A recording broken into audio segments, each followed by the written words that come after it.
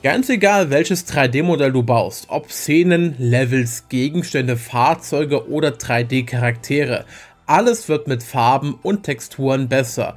In der heutigen Folge wollen wir uns mal anschauen, wie eigentlich UV-Mapping funktioniert und wie Texture Painting in Blender geht, sodass du deinen 3D-Modellen etwas mehr Leben einhauchen kannst durch Farbe und Textur. Ich bin natürlich Most Wanted und du siehst heute die 9. Folge von Blender 4.3 in 10 Minuten erklärt. Lass gerne einen Like da, abonniere, wenn du mehr sehen möchtest und schreib Fragen, Feedback und Meinungen zur Folge immer gerne in die Kommentare. Und schon geht's los. Auch in diesem Video möchte ich dir zuerst 4 gratis Erweiterungen für Blender zeigen, die dir später auch nach diesem Video das Arbeiten mit UV-Mapping sowie Texture Painting erleichtern werden. Gehe zuerst oben links auf Edit, auf den Reiter Präferenzen hier unten, gehe links in den Reiter Get Extensions, eben Erweiterungen, und nutze hier oben das Suchfeld und beginne mit dem Begriff UV. Dann im Abschnitt hier verfügbar haben wir hier unter anderem einmal das Mio 3 UV. Das wollen wir installieren als weitere Erweiterungs- und Bearbeitungstools für eben sogenannte UV-Maps. Und als nächstes wollen wir auch das UV-Toolkit haben. Das ist hier oben dieses und auch das können wir installieren. Als nächstes wollen wir direkt für Texture Painting vorarbeiten. Deswegen hier oben mal nach Texture suchen und da finden wir hier das HAS Paint Layers. Die nehmen wir mit, denn mit Layern zu arbeiten in Blender wie in jedem beliebigen Bildbearbeitungsprogramm, das kann von Vorteil sein. Und zu guter Letzt wollen wir auch noch hier unten den Zen UV Checker haben und den nehmen wir hier mit. Schauen wir uns zuerst den Begriff des UV-Mappings mal an, am Beispiel dieses Würfels, und dafür gehen wir hier oben in den Reiter UV-Editing. Ich bin mir sicher, jeder von euch da draußen und vielleicht auch du selbst hast im Laufe deiner Kindergarten- oder Grundschulzeit mal Folgendes gemacht. Du hast einen Würfel aus Papier oder Pappe zusammengebaut, indem du gewisse Flächen und Würfelnetze gefaltet hast und eben ein Muster wie hier auf der linken Seite hattest. Du hast es an den Rändern ausgeschnitten, dann die Flächen zusammengeknickt und vielleicht mit Teser oder mit Kleber daraus das Ganze festgemacht. In Blender machen wir genau das gleiche, nur umgekehrt. Wir wollen ein 3D-Mesh, was wir selbst gebaut haben, mit Kanten entsprechend ausschneiden und in ein 2D-Layout wie auf der linken Seite bringen. Das ist die grundlegende Technik von UV-Mapping. Wir wollen das hier als Basisform zum Texturieren nutzen. Jede Fläche hierbei repräsentiert ein Stück einer Textur mit genau dem Mapping, wie es hier links zu sehen ist, auf die Flächen des Würfels hier in 3D projiziert. Wie kannst du hier links die Navigation nutzen? Wähle hier oben zuerst mal den Doppelpfeil aus, denn UV Sync Selection erlaubt es dir, dass du Sachen auf der linken Seite auswählen kannst und sie werden auch in der 3D-Ansicht rechts markiert. Und umgekehrt kannst du hier Dinge markieren und sie werden dadurch in der 2D-Ansicht hier in deiner UV-Map ebenfalls ausgewählt. Wie gewohnt kannst du auch auf der linken Seite zwischen der Punkte-, Kanten- und Flächenauswahl mit Zahlenreihe 1, 2 und 3 wechseln. In beiden Fenstern kannst du hier wie gewohnt die Werkzeugleiste einblenden. Je nachdem, wo du mit der Maus bist, auf der linken Seite hier einfach T drücken zum Ein- oder Ausblenden und auch hier gerne die Werkzeugleiste einfach breiter ziehen und hier rechts geht das genauso mit T. Auf der linken Seite haben wir mit N das Transform Panel auf der rechten Seite und hier im 3D Viewport auch mit N haben wir das Ganze hier ebenfalls. Nur links ist es hier deutlich interessanter, denn hier oben unter dem Reiter Image finden wir UV Vertex. Was genau meint das? Ein Vertex ist ja aus einem Mesh ein Punkt. Und wenn wir mal hier in die Punktauswahl gehen und wir nehmen zum Beispiel mal diesen einen hier unten, dann stellen wir hier die XY-Koordinaten in der UV-Map fest. Man könnte auch sagen, X ist hierbei die U-Koordinate und Y ist die V-Koordinate. Und wenn wir mal diesen Punkt hier nehmen und mit G verschieben, seht ihr, wie sich diese Flächen verzerren und wo sich die Werte hin ändern. Oben rechts hier haben wir 1, 1, hier unten rechts haben wir x1, y0 und hier oben links haben wir y1, x0. Unten links hier beim 3D-Cursor in dieser Ansicht, da haben wir 0, 0. X geht nach rechts, y geht nach oben. Was du dir in jedem Falle bewusst sein solltest vor dem Texturieren ist, dass deine eigenen gebauten Meshes wie ein 3D-Character, ein Fahrzeug, ein Gegenstand oder auch eine Szenerie und ein Level nicht automatisch ein UV-Map-Layout haben. Denn deine Aufgabe beim UV-Mapping in Blender ist es, dieses Layout selbst zu definieren und zu bauen. Ich gebe dir mal einen Vergleich dafür. Wir gehen in den Reiter Layout und schnappen uns mal hier oben im Add-Menü im Object-Mode unter Mesh hier die UV-Sphäre. Diese Kugel, die wir hier unten drunter einfügen, hat hier unten links hier dieses Aktionspanel für das Einfügen der Sphäre. Und ihr seht hier, können wir sie konfigurieren und da gibt es einen Haken Generate UVs. Wenn der aktiviert ist, wird für diese primitiven Datentypen eine UV-Map vorab erzeugt. Das wirst du natürlich bei allen Objekten grundlegend immer nutzen, aber sobald du jetzt diese Kugel im Edit-Mode verformst, länger ziehst, vergrößerst, verbreiterst, dann wird diese nicht mehr zum UV-Layout passen. Und spätestens dann musst du hingehen und ein eigenes Layout designen. Machen wir das doch mal genauso. Wir schieben mal diesen Würfel hier mit G zur Seite und wir nehmen hier die Kugel. Und jetzt wollen wir für diese Kugel hier im UV-Editing mal uns das Layout genauer anschauen. Du siehst hier, vorgefertigt, passt über 100% der Textur. Hier gibt es fast keine Leerflächen. Ein Objekt wie ein Mesh kann nicht nur eine einzige UV-Map haben, sondern mehrere. Die erste davon wird immer nur fürs Texturieren genutzt. Du kannst auch noch weitere erstellen für Beleuchtung und für weitere verschiedene Zwecke. Und diese werden auch in Game Engines wie eben Unity, Unreal und Godot in Shadern eingesetzt. Es ist nicht umsonst hier im UV-Editing-Tab auf der rechten Seite hier der Daten-Tab deines Meshes ausgewählt. Denn du findest hier eine Gruppe namens UV-Maps und hier unten drunter hast du erstmal die erste UV-Map von deinem Mesh. Die wird mit jedem neuen Objekt automatisch angelegt. Jetzt kannst du hier an dieser Stelle über das Plus eine zweite einfügen und die dupliziert sich auch erstmal die Daten von der ersten. Dann nutzen wir die Kamera, um sie zu nutzen fürs aktive Rendering. Und jetzt können wir hier unsere UV-Map bearbeiten. Wichtig ist erstmal, du musst die richtige UV-Map ausgewählt haben. Diejenige, die hier immer blau aufleuchtet, ist diejenige, die du aktiv bearbeitest. Das siehst du auch nochmal hier links in der UV-Ansicht, hier oben mit dem Namen UV-Map 001. Erstellen wir jetzt also mal für diese Kugel ein UV-Layout und zwar am Beispiel des Dörke Weltatlas. Denn der aufgeklappte Atlas hier von der Mitte des Nordpols zu den 4 Seiten hier, wo jeweils oben links, oben rechts, unten rechts und hier unten links der Südpol drauf ist, eben die Antarktis, das ist eine UV-Map, die wir sehr simpel nachbauen können. Zuerst nehmen wir mal hier in der rechten Ansicht mit Nummernblock 7 die Ansicht von oben. Und dann gehen wir in die Kantenauswahl. Wir klicken mal einfach irgendwo hin, dass wir nichts ausgewählt haben. Und jetzt brauchen wir Alt und Shift gedrückt. Und wir wählen einmal hier diese Kante aus, die nach Norden verläuft. Wir nehmen die, die hier nach Süden verläuft. Wir nehmen die hier, die in plus X läuft. Und die hier, die nach minus X läuft. Also genau entlang der roten und grünen Linien. Und jetzt drücken wir hier mal U und wir wählen hier unten Mark Seam aus.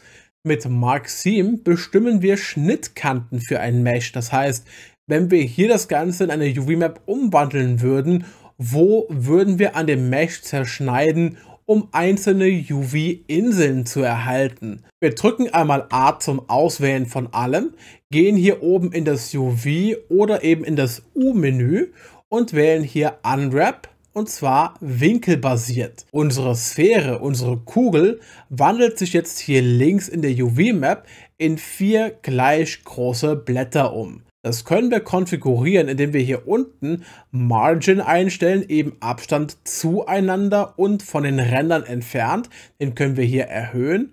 Wir können auch hier die Methode ändern, von wegen Conformal, dass wir die genau layouten können, Minimum Stretch, und dann können wir das hier eben anpassen, sodass die maximalen Flächen einer Textur genutzt werden können. Wir bleiben hierbei mal bei Angle Based, machen den Margin weg und einen sehr simplen Trick. Wir wählen in unserer UV-Map hier mit dem Box Select einfach mal eine Box aus, die die untere Hälfte von diesen Inseln auswählt, bis ungefähr hierhin. Wir gucken mal eben rundherum, ob alles ausgewählt wurde.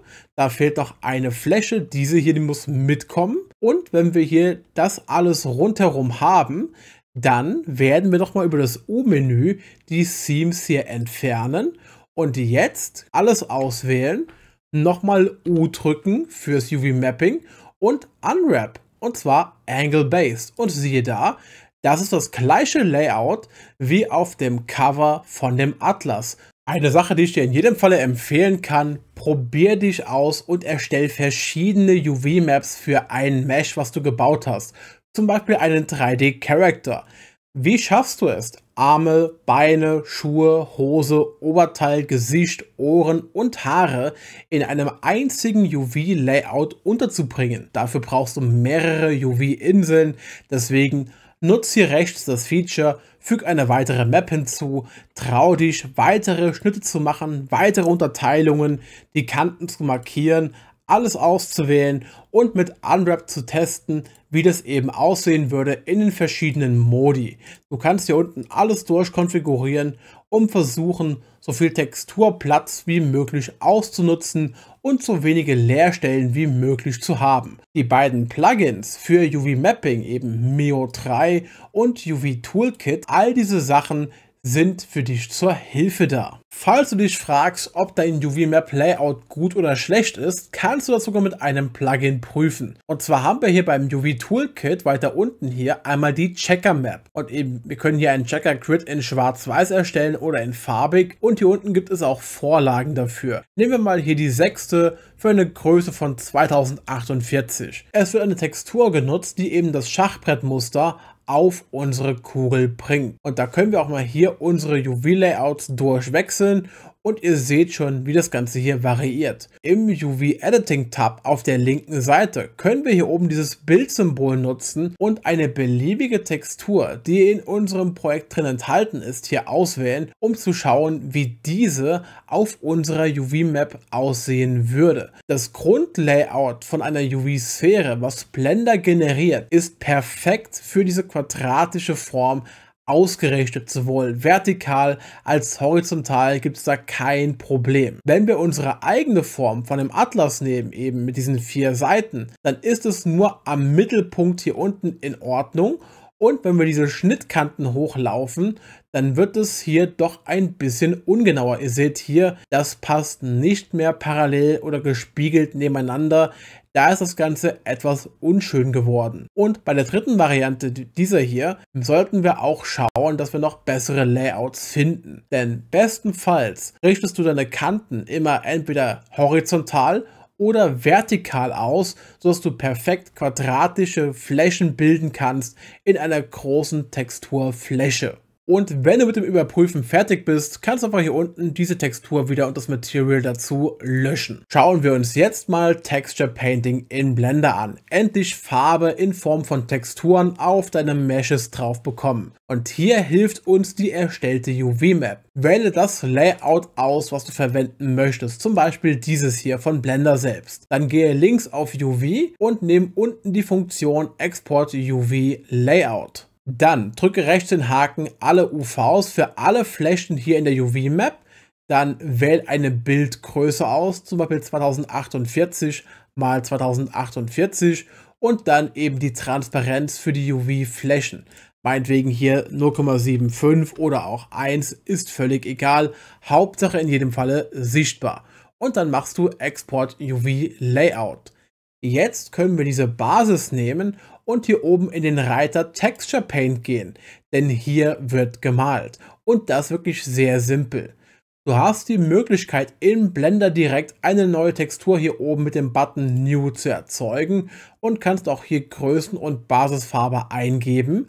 Oder du nimmst da rechts neben den Button Open. Du wählst deine exportierte UV-Map von gerade eben aus, nochmal hier auswählen und dann hast du die hier links direkt in der Ansicht drin und kannst dich hier bewegen mit dem Mausrad und der Maus. Jetzt wollen wir die Textur von der linken Seite hier noch auf unsere Kugel drauf bekommen.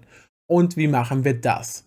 Du musst hier rechts auf die rote Kugel gehen, Material Eigenschaften, dann hier einmal neu drücken, dass du mindestens ein Material hast und für dieses neue Material hier bei der Base Color gehst du hier hin und nutzt bei dem gelben Punkt die zweite Kategorie Textur und wählst hier Image Texture aus. Jetzt kannst du hier hingehen und hier das Bild auswählen, eben sphere-uv.png, und wir haben das hier drauf direkt sichtbar. Solltest du hier keine Textur sehen, ändere hier oben den Shading-Modus von der zweiten Kugel in die dritte, vom Solid Mode in den Material Preview Mode oder auch hinten der letzte, das ist wirklich die Render Preview, wie es nachher im fertigen Bild oder Video aussehen würde. Aber Material Preview ist ja eigentlich wirklich die beste, dann seht ihr die gleichen Farben wie hier links in der Textur. Es gibt zwei Dinge, auf die du in jedem Falle achten solltest beim Malen in Blender. Das eine ist die Pinselgröße von 50 Pixel Radius hier oben.